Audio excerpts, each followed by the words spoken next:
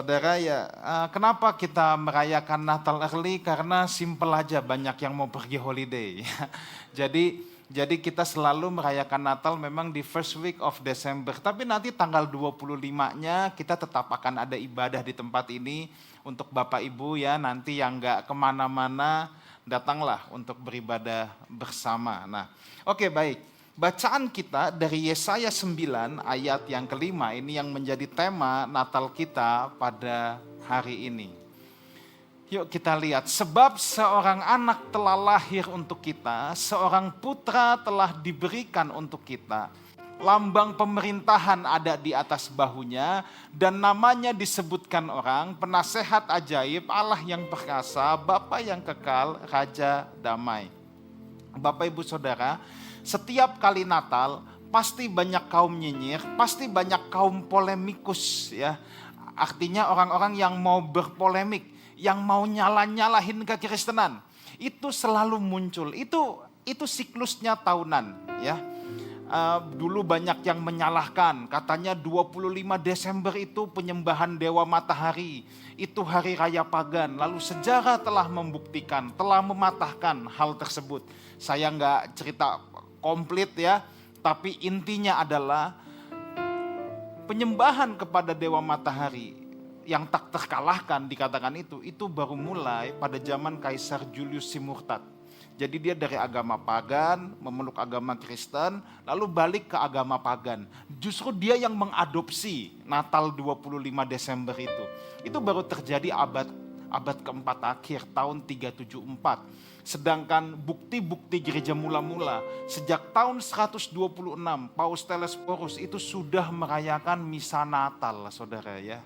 Dan lagu yang tadi saudara nyanyikan, Gloria in Excelsis Deo, itu kan bahasa Latin, terjemahan dari Lukas 2 ayat yang ke-14 Bapak Ibu ya. Itu diambil dari Alkitab Vetus Latina, itu adalah Alkitab bahasa Latin pertama penterjemahan.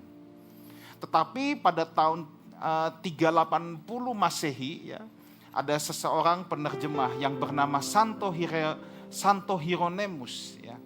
Dia merevisi, jadi dia menulis ulang Alkitab dalam bahasa Latin ya. Dia terjemahkan ulang, ternyata yang lebih tepat adalah Gloria in altissimis Deo et interapex hominibus voluntatis. Itu yang lebih tepat, in altissimis Deo.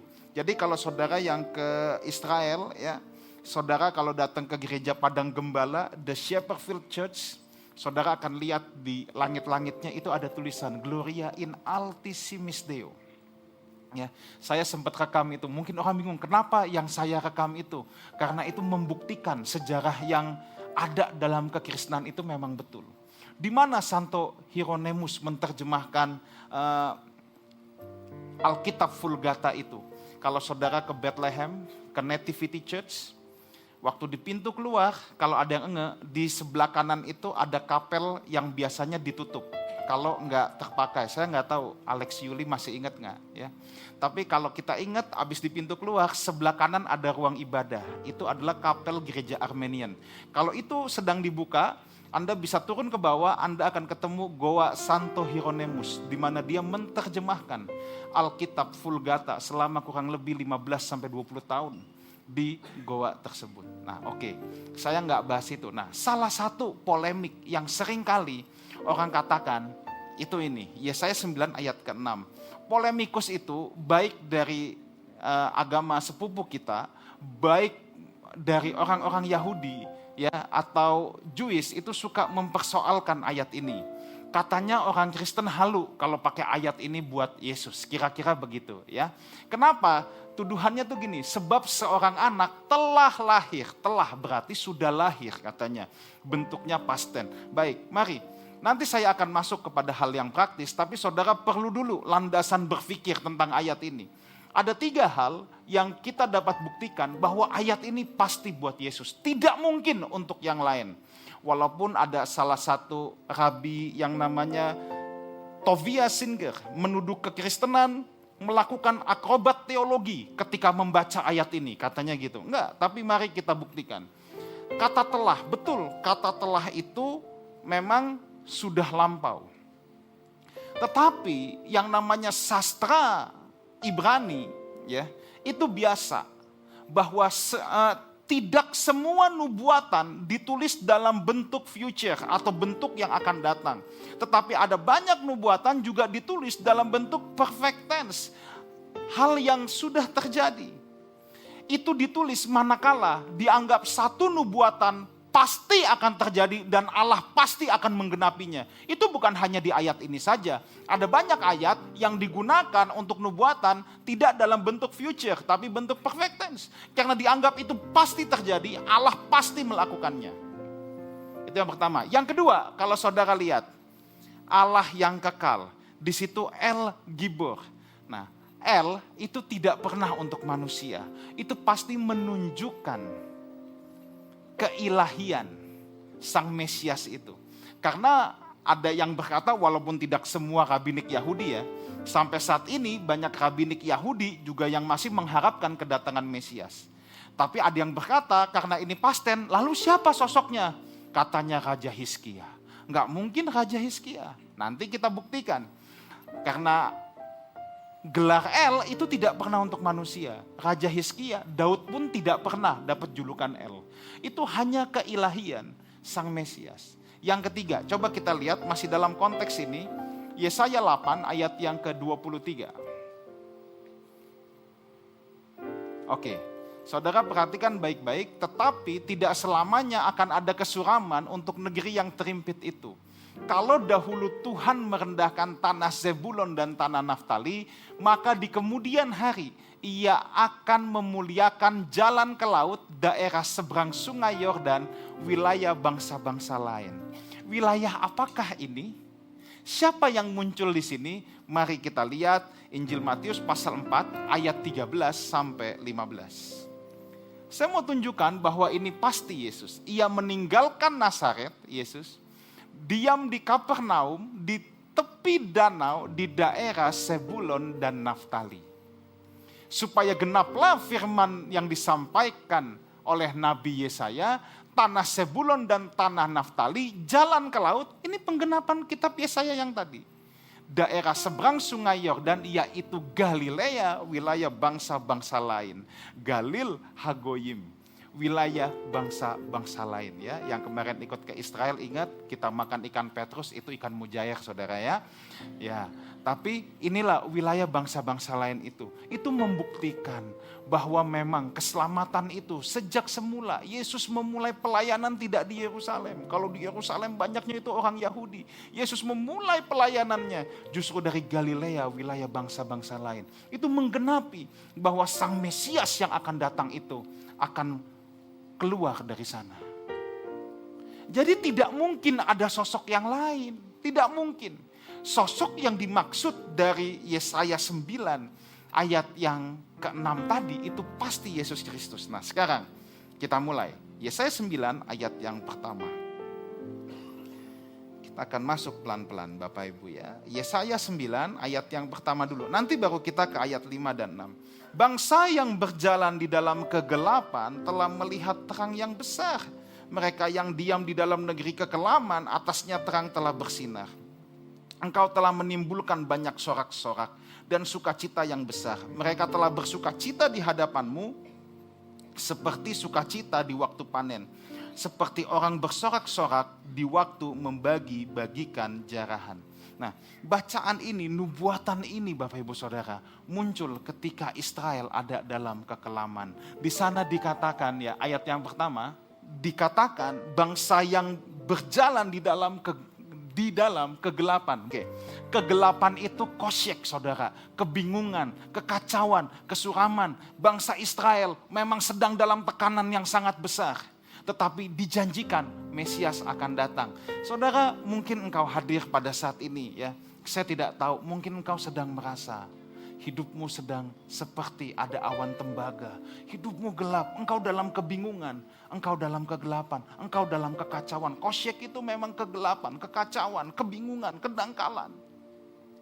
Tapi saya mau beritahu, kalau terang itu datang, kegelapan itu pasti pergi. Tuhan tidak pernah menciptakan yang namanya kegelapan.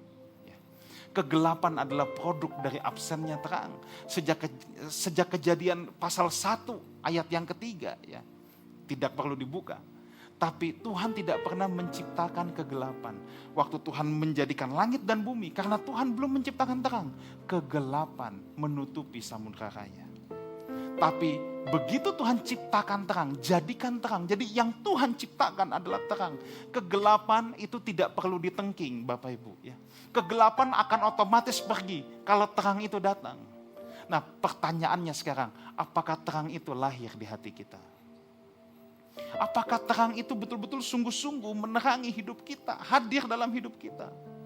Kedatangan Mesias, dia membawa terang. Kalau terang itu datang, ratap tangis akan diganti dengan sukacita. Kain kabung akan diganti dengan tari-tarian. Bukan satu kebetulan Yesus lahir 25 Desember.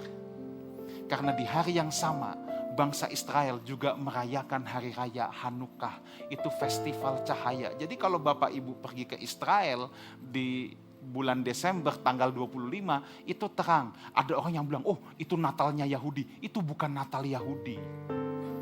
Itu merayakan pentabisan bait suci setelah dinajiskan oleh Antiochus Epiphanes IV dalam peristiwa Makabe. Jadi mereka selama 8 hari menyalakan lilin, bait Allah itu dulu ya itu dihiasi dengan terang-terang. Jadi sampai hari ini rumah-rumah orang Yahudi itu dihiasi terang-terang. Itu bukan lagi merayakan Natal, saudara. Mereka tidak percaya Natal. Tapi mereka mempercayakan hari raya, festival cahaya. Dan Yesus adalah sang terang yang memang dilahirkan di hari Hanukkah. Orang Yahudi. Nah sekarang gini, kembali lagi. Kalau hidup kita rasa, kita jujur. Pastor, kalau saya mau jujur, hidup saya dalam kegelapan. Saya bingung. Seakan-akan semuanya kusut. Maka yang harus kita tanyakan, apakah sebenarnya terang itu sudah hadir atau belum? Kegelapan otomatis pergi kalau terang itu datang, Bapak Ibu. Kegelapan itu selalu senangnya tuh sembunyi-sembunyi. Jadi orang tuh kalau apa mau tahu perbuatan saya ini gelap gak sih? Lihat aja sembunyi-sembunyi atau enggak. Yang ngumpet-ngumpet itu kegelapan. Makanya yang punya piaraan kuntilanak, kok kuntilanak dipiara saya juga bingung ya. Itu pasti maunya ngumpet-ngumpet. Pokoknya semua perbuatan gelap itu sembunyi-sembunyi. Dulu waktu saya masih muda suka isi seminar Love, Sex, and Dating di anak-anak muda. Selalu pertanyaan yang selalu ada. Kok ini boleh gak? Kok itu boleh gak? Saya selalu cuma jawab satu. Kamu berani gak melakukan depan orang tuamu? Atau kamu harus ngumpet-ngumpet melakukannya? Kalau harus ngumpet-ngumpet itu namanya gelap. Pokoknya semua yang gelap hobinya ngumpet-ngumpet. Semua yang gak mau diketahui itu berarti kegelapan. Kalau terang itu berani diekspos. Yang hidupnya banyak ngumpet-ngumpetnya, jangan-jangan Anda hidup dalam kegelapan. Bukannya jangan-jangan sih, pasti. Kalau terang itu berani diekspos, terang itu berani dilihat, terang itu tidak bisa disembunyikan. Hanya gelap yang selalu maunya ngumpet. So pastikan, kalau kita merasa hidup kita ada dalam gelap, seakan warna hidup kita itu gelap. Kita bingung. Kita kacau. Semua serba kusut. Jangan-jangan ada hal-hal gelap yang masih menempel dalam hidup kita. Sebab gini, kita tidak mungkin bisa, terang dan gelap tidak bisa jadi satu. Kita tidak bisa mau berjalan dalam terang, tapi sambil menyembunyikan hal gelap. Itu tidak bisa. Karena terang dan gelap tidak akan berjalan seiring. Tidak akan bisa. Nah, baru ayat yang kelima dan yang keenam. Kita akan bahas secara cepat. Sebab seorang anak telah lahir untuk kita, seorang putra telah diberikan untuk kita. Lambang pemerintahan ada di atas bahunya. Dan namanya disebutkan orang penasihat ajaib, Allah yang perkasa, Bapa yang kekal, Raja damai. Besar kekuasaannya. Dan damai sejahtera tidak akan berkesudahan di atas tahta Daud dan di dalam kerajaannya. Karena ia mendasarkan dan mengokohkannya dengan keadilan dan kebenaran dari sekarang sampai selama-lamanya. Kecemburuan Tuhan semesta alam akan melakukan hal ini. Lihat lambang pemerintahan, besar kekuasaan yang akan lahir. Memang Sang Mesias itu adalah Raja. Saya tidak boleh bosan-bosan untuk mengingatkan jemaat di Lifehouse Community ini. Ya, walaupun selalu kita menyanyikan tadi, sambutlah Dia, Juru Selamat dunia. Saya harus mengingatkan, Yesus itu bukan sekedar Juru Selamat. Dia Raja yang menyelamatkan umatnya. Sebab itu sangat beda jauh. Juru itu tukang, juru itu tugasnya kasih jasa. Kita perlu, kita panggil tukang. Kita lapar, kita panggil juru masak. Pintu kita kekunci, kita panggil juru kunci. Juru itu tukang. Kita akan merasa berhak kalau terhadap yang namanya juru, ya enggak? Kita merasa berhak. Tapi kalau temnya langsung diganti raja, itu langsung beda. Sebab kalau kita berjumpa dengan raja, ada kedaulatan, ada ketertundukan, ada ketaatan. Gak ada orang yang taat dengan juru, tapi orang harus taat dengan raja. Tidak ada kedaulatan dengan juru, tapi ada kedaulatan dengan raja. Maka Lifehouse Community, we have to remember this. He is the king. Yang dilahirkan itu memang raja. Makanya Yesus datang membawa Injil kerajaan. Yesus tidak datang bawa yang lain-lain. Yang dia bawa adalah berita kerajaan. Bahwa kerajaannya, sistem pemerintahannya akan dimulai. Dan akan dimanifestasikan secara sempurna di langit yang baru dan bumi yang baru. Di mana Yesus akan memerintah sebagai raja secara fisik. Itu pasti akan digenapi. Dan itu pasti akan terjadi. Dan kita lihat kehadiran Mesias ini memang dia raja. Dia bukan yang lain, dia raja. Nah, kita lihat. Kalau raja itu yang membawa terang itu datang dalam hidup kita, maka sedikitnya ada 4 hal sesuai 4 gelar Mesias yang kita lihat. Ayat yang kelima, ayat yang keenam maksud saya. Yang sebelumnya, tolong. Oke, ditahan aja di sini ya. Yang pertama, penasehat ajaib, Pele dan Yoets. Yoets itu penasehat yang hikmatnya tidak tertandingi sebab firman ada di dalamnya. Sebenarnya ayat ini lebih cocok dibaca bukan penasehat ajaib. Dia penasehat, dia ajaib. Lebih cocok begitu, saudara. Oke, tapi di sini Pele dan Yoets. Yoets itu penasihat. Maka gini, orang itu harusnya kalau ada apa-apa curhat pertama tuh ke Tuhan, saudara. Saudara nggak perlu takut untuk berkeluh kesah, untuk cerita sama Tuhan. Jangan yang dicari manusia dulu, percayalah. Anda kalau curhat kesulitanmu pada manusia, 90% itu bukannya nolongin, tapi cuman ngomongin. Plus nyinyirin, tuh gua kata juga apa, emang dia mau udah pantes susah. Emang begitu modelnya. Yes. Kalau Anda curhat sama manusia ya seperti itu. Tapi Tuhan itu penasehat yang paling berhikmat luar biasa. He is the greatest counselor. Bukannya saya bilang gini, saudara tidak perlu mencari konselor. Ya kalau saudara membutuhkan silakan. Tapi please carilah konselor Kristen supaya ada firman di dalamnya. Anda tidak butuh sekedar hikmat manusia, kita butuh hikmat Tuhan. Tapi ada orang juga sembuh tanpa konselor. Saya sembuh tanpa konselor. Karena saya percaya firman Tuhan itu memang memerdekakan. Firman Tuhan membawa kesembuhan. Firman Tuhan bawa kehidupan. Abad 1, abad 2 belum ada praktek konselor. Tapi Paulus semua, rasul-rasul semua bisa disembuhkan dari masa lalunya yang sangat sulit. Saya percaya firman Tuhan itu menyembuhkan. Tapi kalau Anda butuh pertolongan, please, kita menyediakan pelayanan konseling apa. Please, do not hesitate, jangan malu-malu. Malu bertanya, sesat di jalan. Dan jangan diterusin, kebanyakan nanya, malu-maluin. Enggak, saudara ya. Pokoknya kalau Anda butuh pertolongan, ask for help. Tapi ask for help yang benar. Tapi sebelum Anda mencari-cari konselor, Anda harus belajar mencari Tuhan dulu. Yes, Anda harus belajar mencari Tuhan dulu. Yoets, Pele itu ajaib, mujizat. Hizkia nggak pernah bikin mujizat. Daud nggak pernah bikin mujizat. Yang bikin mujizat itu cuma Yesus. Maka sudah pasti Yesaya 9 ayat 6 ini menunjuk pada Yesus.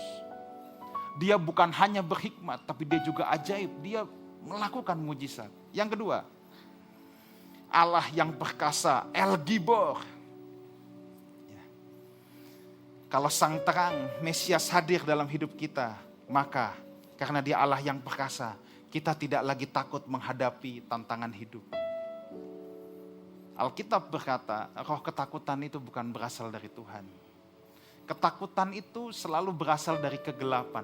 Entah kenapa ya, ada korelasi antara ketakutan dan kegelapan. Ya enggak? Coba lihat. Ada enggak? Pernah enggak ketemu orang yang takut tidur sendirian harus nyalain lampu? Pernah? Jangan-jangan saudara lagi? Enggak ya? Kenapa ya? Kenapa harus nyalakan lampu? Apa Anda pikir suster ngesot wewe gombel pocong kuntil anak takut dengan lampu Philip yang terus terang terus? Tidak mungkin dia akan takut sama lampunya kan? But why? Karena memang ada korelasi antara kegelapan dan ketakutan. Kalau hidupmu penuh takut ini, takut itu, semua takut. Jangan-jangan kita sedang dalam kegelapan. Kenapa orang takut kegelapan? Sebab dalam kegelapan tidak ada kepastian. Dalam kegelapan kita tuh tidak tahu. Saya orang yang gak takut ketinggian saudara. Tapi saya paling males kalau disuruh diving. Kenapa? Karena di bawah saya tuh belum lihat ada apa. Jangan-jangan gitu turun ketemunya hiu. Ya kalau yang hobi diving sih bilang, biasa kalau ketemu hiu mah. Ya situ biasa, kita kan gak biasa. Ya.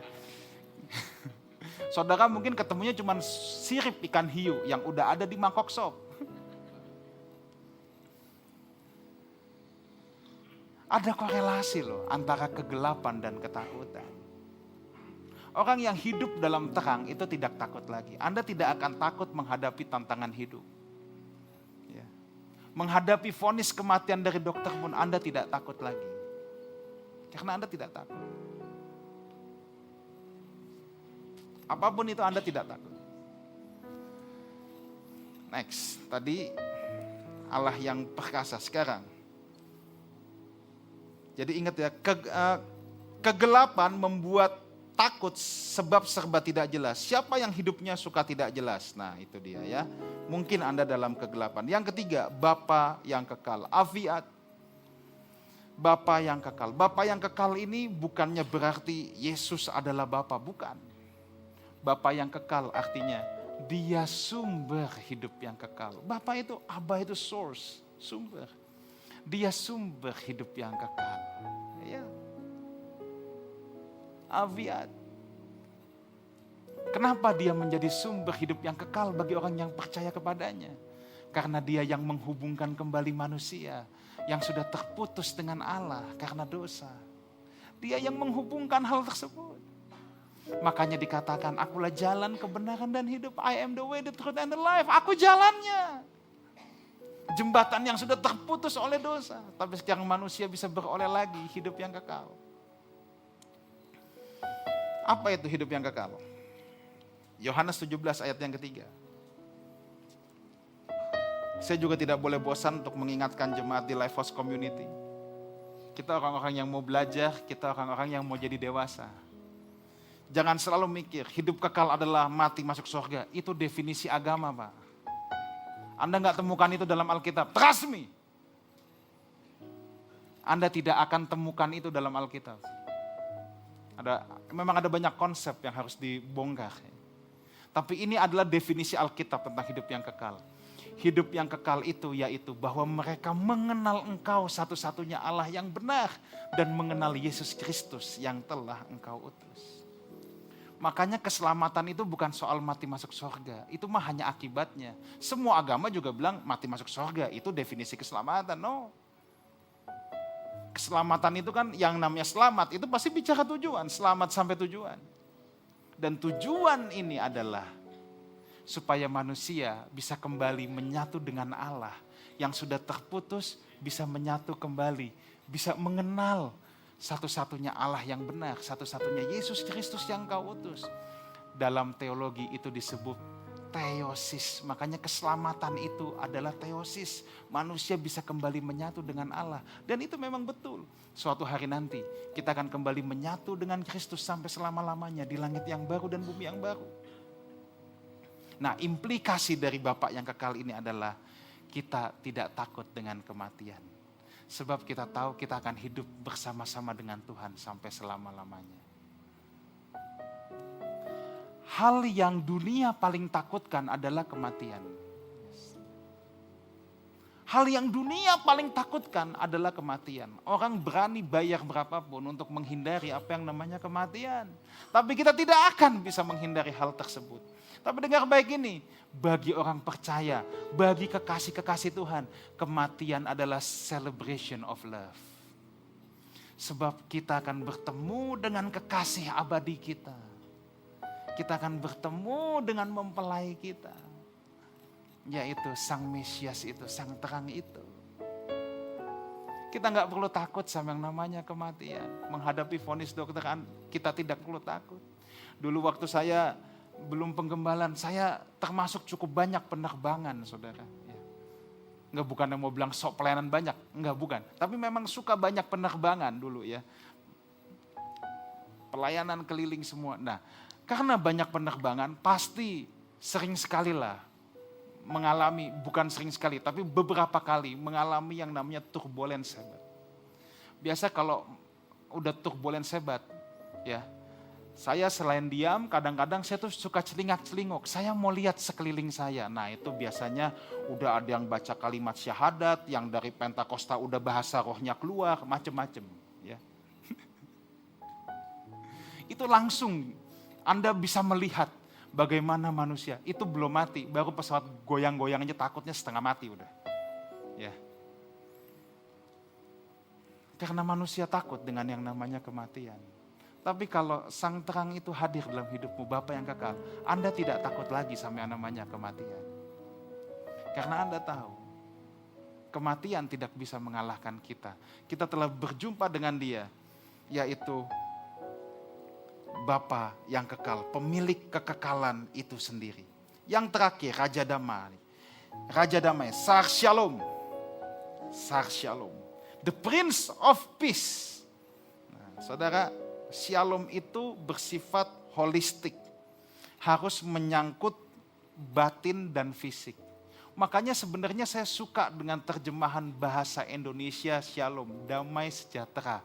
Kenapa? Nggak bisa cuma satu kata, saudara. Nggak bisa damai doang, nggak bisa sejahtera doang. Perlu dua kata memang, damai dan sejahtera.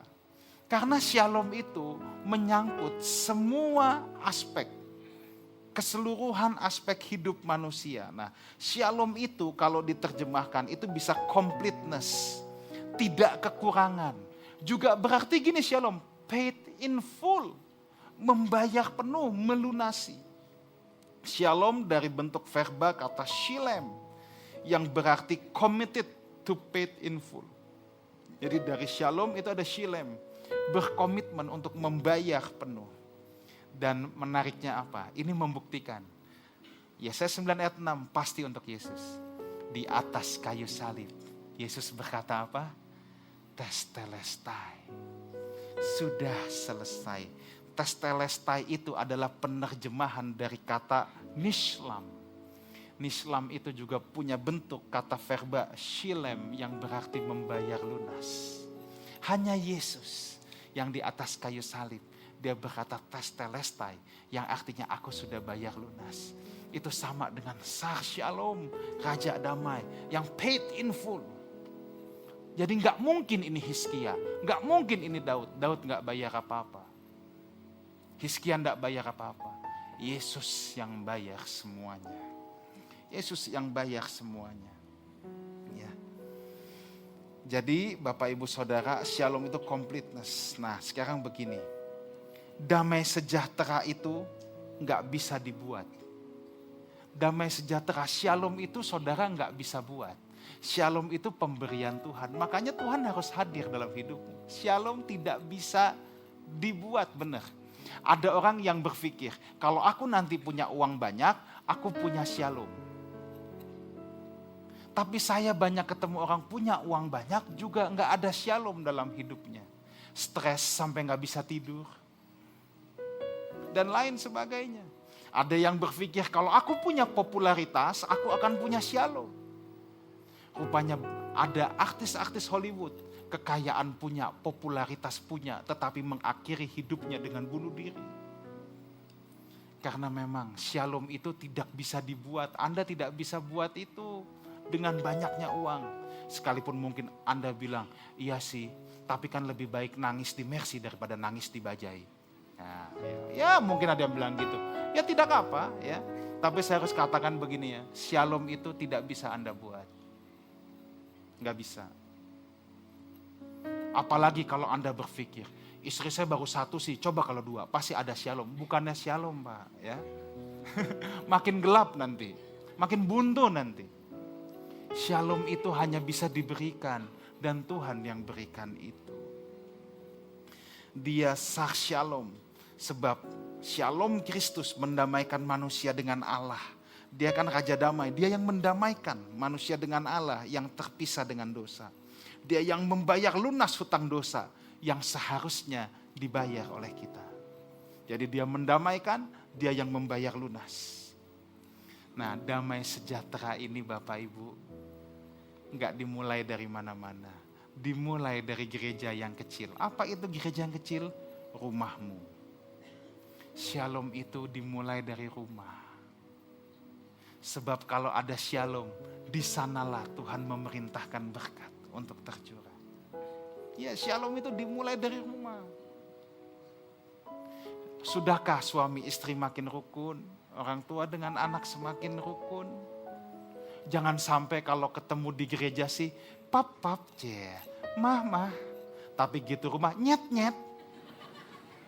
Shalom gak dimulai dari lingkungan yang besar, shalom dimulai dari rumahmu.